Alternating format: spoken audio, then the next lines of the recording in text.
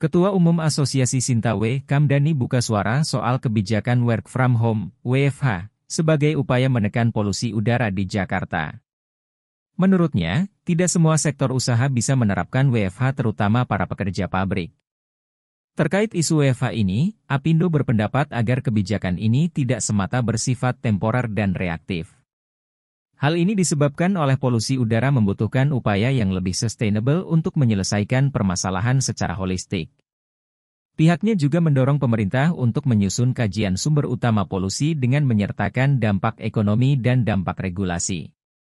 Termasuk merancang regulasi untuk menargetkan penurunan polusi berdasar kajian tersebut, dengan menggunakan pendekatan holistik dan berkelanjutan dalam menangani polusi udara Jakarta. Sinta mengungkapkan, penanganan polusi udara membutuhkan solusi jangka panjang, menengah dan pendek. Selain itu, dalam proses transisi energi berkeadilan, perlu perhatian terhadap pihak-pihak yang terdampak oleh proses transisi tersebut.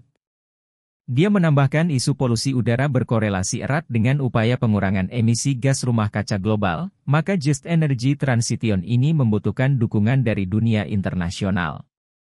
Dukungan pemerintah dalam skala nasional sebagai implementasi diperlukan pembiayaan, mobilisasi investasi, hingga insentif fiskal. Sebagai contoh terkait insentif tax holiday untuk pengembangan energi terbarukan tanpa mempertimbangkan nilai investasi. Dengan demikian pengusaha lokal yang membangun pembangkit skala kecil dengan biaya di bawah batasan investasi juga berhak mendapatkan tax holiday.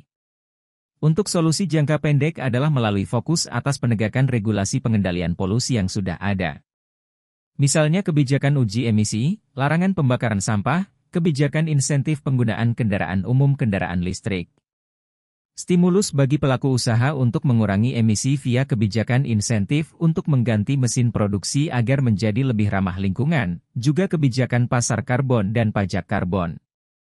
Sedangkan untuk solusi jangka menengah, Apindo turut mendukung program-program yang berkaitan dengan kebutuhan masyarakat luas.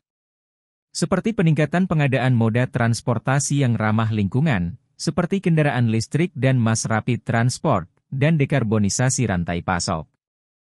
Apindo mendukung pengumpulan data akurat secara real-time seperti alat sensor kualitas udara di banyak tempat sebagai solusi krusial demi meningkatkan kesadaran masyarakat perihal peningkatan polusi udara.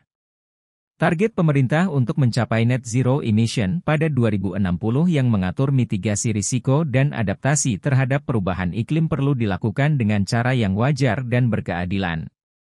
Sehingga diperlukan implementasi dekarbonisasi secara makro maupun mikro perlu dilakukan secara end-to-end atas rantai pasokan. Terima kasih sudah nonton, jangan lupa like, subscribe, dan share ya!